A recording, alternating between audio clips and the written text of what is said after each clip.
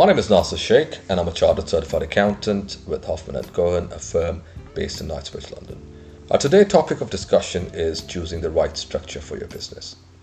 Now, there are various ways in which businesses can be structured, and it is important that the structure that is chosen is the right one for your business. There are four main options in the UK, which is sole trader, partnership, limited liability partnership, and the limited company.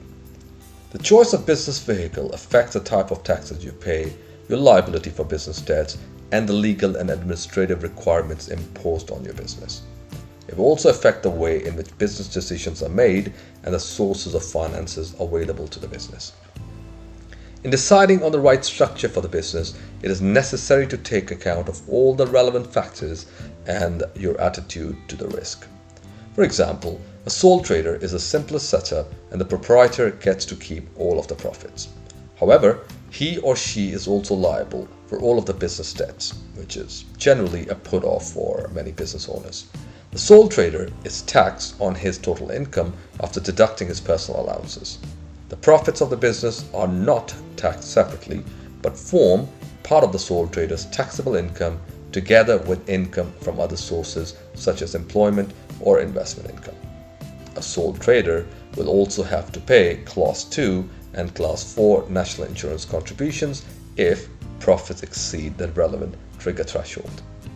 A limited company is slightly more complicated to set up and administer, but the shareholder's liability is limited to the amount of capital that they own, which is generally the major plus.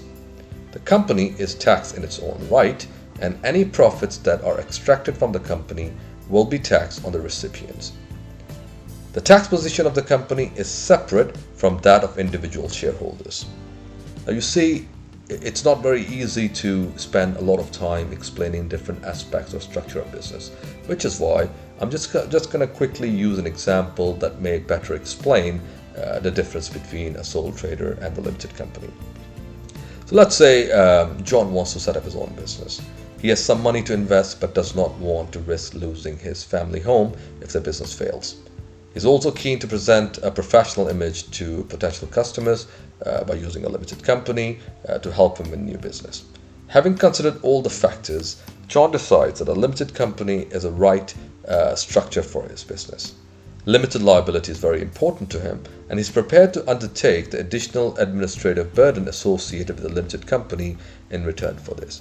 Now, that doesn't mean that limited company is the best structure for you, as the tax advice is always based upon the individual circumstances, which is why it's very important that you discuss your individual circumstances with your accountant, who will be able to advise on the best structure that may be available to you based upon your individual circumstances.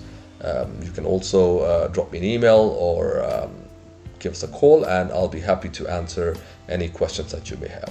I hope you enjoyed this short audio, and till we meet again, thank you very much.